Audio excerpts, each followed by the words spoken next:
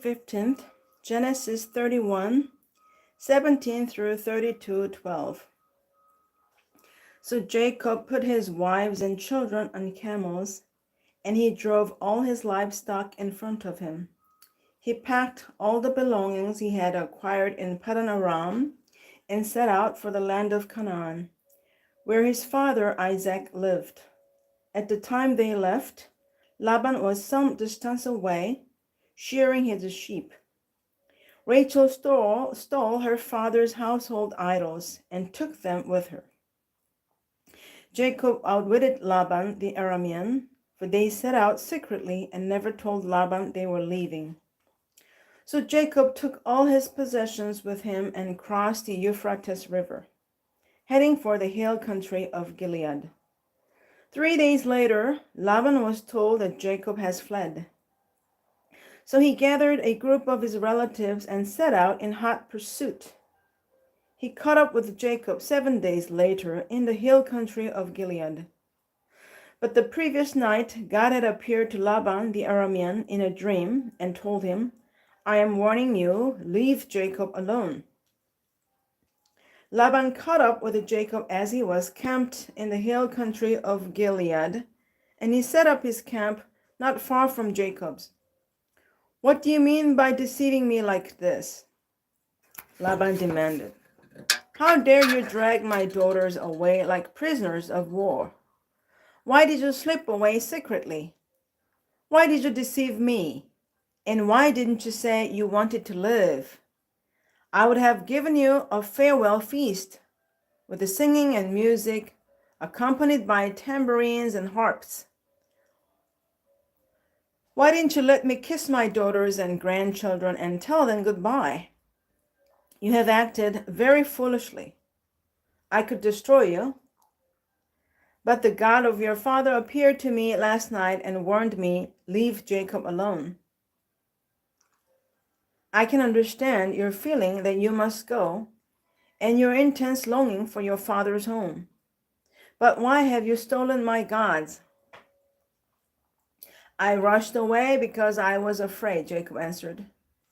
"I thought you would take your daughters from me by force. But as for your gods, see if you can find them, and let the person who has taken them die.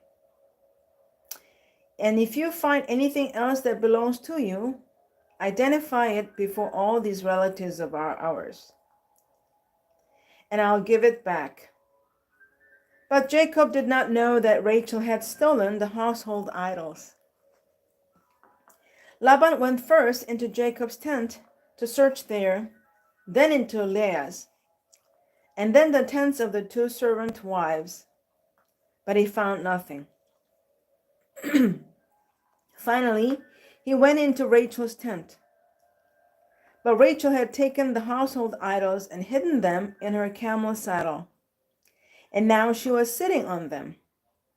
When Laban had thoroughly searched her tent without finding them, she said to her father, "Please, sir, forgive me if I don't get up for you. I'm having my monthly period." So Laban continued his search, but he could not find the household idols. Then Jacob became very angry and he challenged Laban. "What's my crime?" he demanded. "What have I done wrong to make you chase after me as though I were a criminal? You have rummaged through everything I own. Now show me what you found that belongs to you. Set it out here in front of us, before our relatives, for all to see.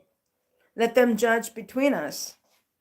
For 20 years I have been with you, caring for your flocks. In all that time, your sheep and goats never miscarried. In all those years, I never used a single ram of yours for food. If any were attacked and killed by wild animals, I never showed you the carcass and asked you to reduce the count of your flock. No, I took the loss myself. You made me pay for every stolen animal, whether it was taken in broad daylight or in the dark of night.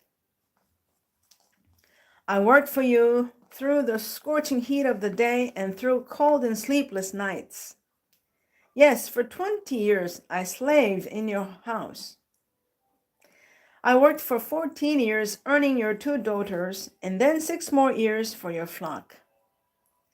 And you changed my wages 10 times. In fact, if the God of my father had not been on my side, the God of Abraham and the fearsome God of Isaac, you would have sent me away empty-handed. But God has seen your abuse and my hard work. That is why he appeared to you last night and rebuked you.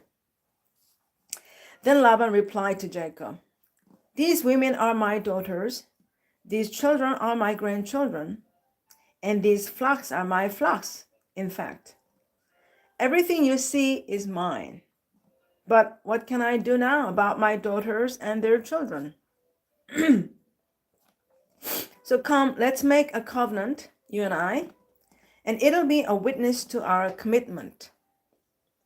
So Jacob took a stone and set it up as a monument. Then he told his family members, gather some stones. So they gathered stones and piled them in a heap. Then Jacob and Laban sat down beside the pile of stones to eat a covenant meal. To commemorate the event, Laban called the place Yegar Sahaduta, which means witness pile in Aramaic. And Jacob called it Galid, which means witness pile in Hebrew. Then Laban declared, this pile of stones will stand as a witness to remind us of the covenant we have made today. This explains why it was called Galid, witness pile. But it was also called Mizpah, which means watchtower. For Laban said, may the Lord keep watch between us to make sure that we keep this covenant when we are out of each other's sight. If you mistreat my daughters, or if you marry other wives, God will see it even if no one else does. He is a witness to this covenant between us. See this pile of stones, Laban continued, and see this monument I have set between us. They stand between us as witnesses of our vows. I'll never pass this pile of stones to harm you, and you must never pass these stones or this monument to harm me. I call on the God of our ancestors, the God of your grandfather Abraham, and the God of my grandfather Nahor, to serve as a judge between us. So Jacob took an oath before the fearsome God of his father Isaac to respect the boundary line. Then Jacob offered a sacrifice to God there on the mountain and invited everyone to a covenant feast. After they had eaten, they spent the night on the mountain. Laban got up early the next morning, and he kissed his grandchildren and his daughters and blessed them. Then he left and returned home. Excuse me. As Jacob started on his way again, angels of God came to meet him. When Jacob saw them, he exclaimed, this is God's camp. So he named the place Mahanaim. Then Jacob sent messengers ahead to his brother Esau, who was living in the region of Seir in the land of Edom. He told them, give this message to my master Esau. Humble greetings from your servant Jacob. Until now I have been living with Uncle Laban, and now I own cattle, donkeys, flocks of sheep and goats, and many servants, both men and women. I've sent these messengers to inform my lord of my coming, hoping that you will be friendly to me. After delivering the message, the messengers returned to Jacob and reported, we met your brother Esau, and he is already on his way to 400 men. Jacob was terrified at the news. He divided his household, along with the flocks and herds and camels, into two groups. He thought, if Esau meets one group and attacks it, perhaps the other group can escape.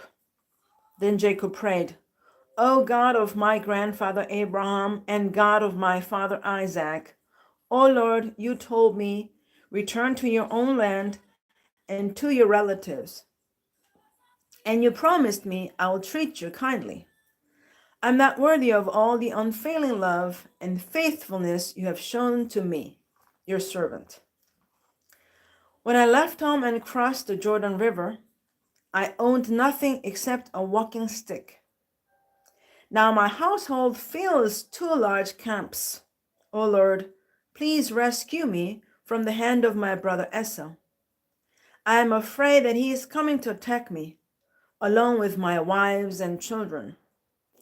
But you promised me I will surely treat you kindly, and I will multiply your descendants until they become as numerous as the sands along the seashore, too many to count.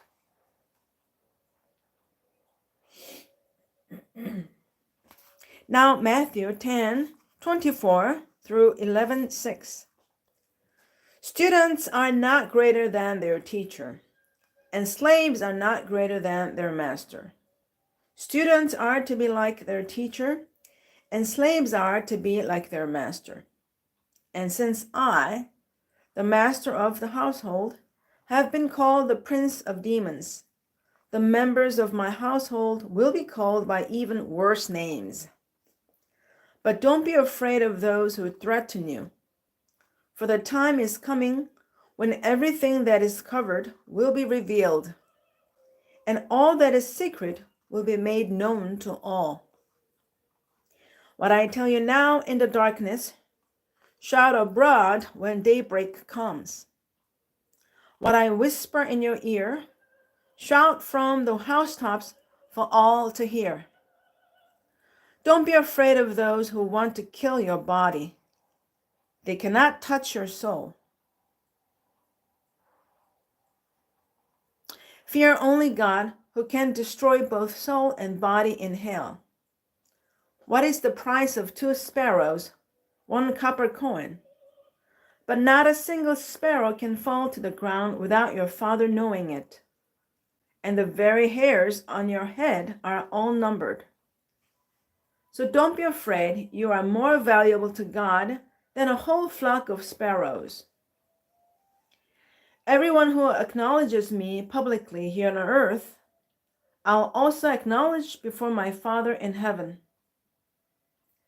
But everyone who denies me here on earth, I'll also deny before my Father in heaven. Don't imagine that I came to bring peace to the earth. I came not to bring peace, but a sword. I've come to set a man against his father, a daughter against her mother, and a daughter-in-law against her mother-in-law. Your enemies will be right in your own household.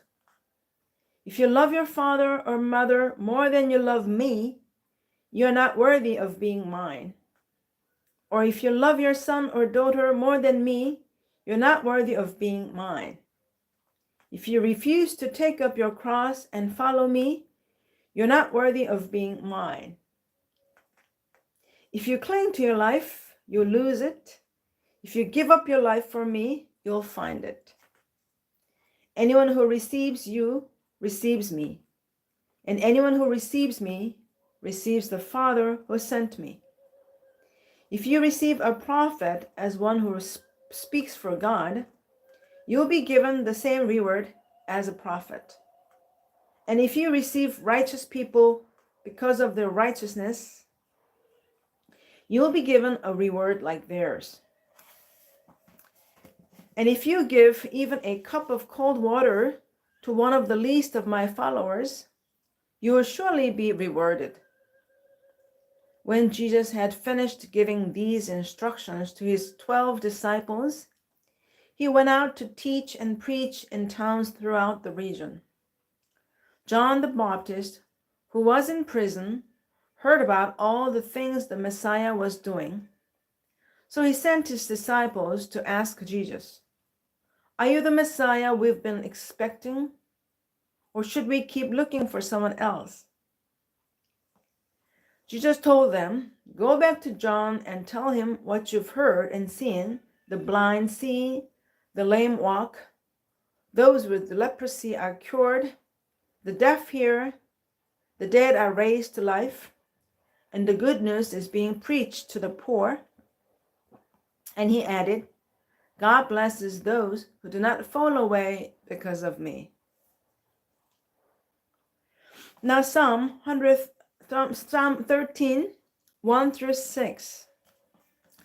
O Lord, how long will you forget me? Forever? How long will you look the other way? How long must I struggle with anguish in my soul, with a sorrow in my heart every day?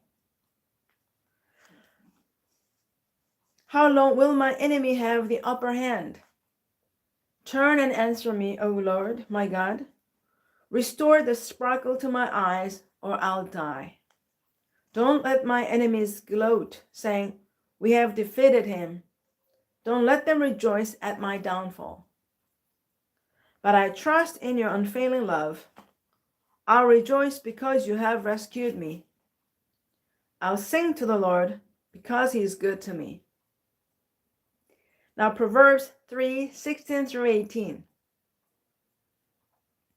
She, wisdom, offers you long life in her right hand, and riches and honor in her left. She will guide you down delightful paths. All her ways are satisfying. Wisdom is a tree of life to those who embrace her. Happy are those who hold her tightly. Amen. End of the writing, the daily Bible reading. God bless you. Have a great day. See you tomorrow.